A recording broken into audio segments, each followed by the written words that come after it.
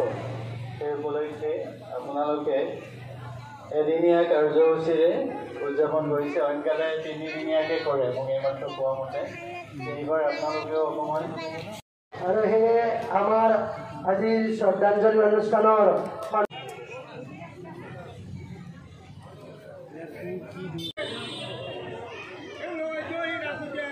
কোনোবাই সুৰ কৰে, কোনোবাই কথা লিখে, কোনোবাই গায়। গায়ক বহুত আছে, কিন্তু প্ৰকৃতাৰ্থত শিল্পী এজনৰ যিখিনি সৃষ্টিশীল মন, এগৰাকী শিল্পী হ'ব লাগিলে তেওঁৰ যিখিনি সৃষ্টিশীলতা থাকিব লাগে, সেই গোটেইখিনি গুণৰে একোৰে আছিল আমাৰ মৰমৰ জুবিন। এটা অপ্ৰত্যাশিত মৃত্যু, মাত্ৰ 52 বছৰ। এই অহা নৱেম্বৰৰ সৃষ্টি হৈছে। আগতে জীৱকুলৰ সৃষ্টি হৈছে, তাৰপিছতে ধৰ্ম হৈছে।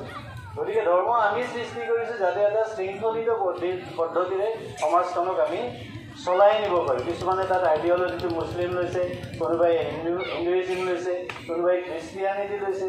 নিজৰ এটা পাছ মানে ৰাস্তা, যিটো ৰাস্তাৰে গ'লে মানুহে মানসিক প্ৰশান্তি পায় বা শান্তি পায়, যে এইটো ৰাস্তাৰে চলিলে মই মানসিকভাৱে শান্তি পাম, গতিকে মই এইটো পন্থাকে অৱলম্বন কৰিছোঁ। এই ৰাস্তাবিলাক লওঁতে লওঁতে আমি কেতিয়াও কোনো ধৰ্মই কেতিয়াও কাকো কোৱা নাই সমৃদ্ধিশালী ৰাজ্য এখন কৰিবৰ কাৰণে যিমানবোৰ কাম কৰিবলগীয়া আছে আমি যাতে চবেই একত্ৰিতভাৱে কৰিব পাৰোঁ, তাৰ কাৰণে মই ভগৱানৰ ওচৰত প্ৰাৰ্থনা জনাই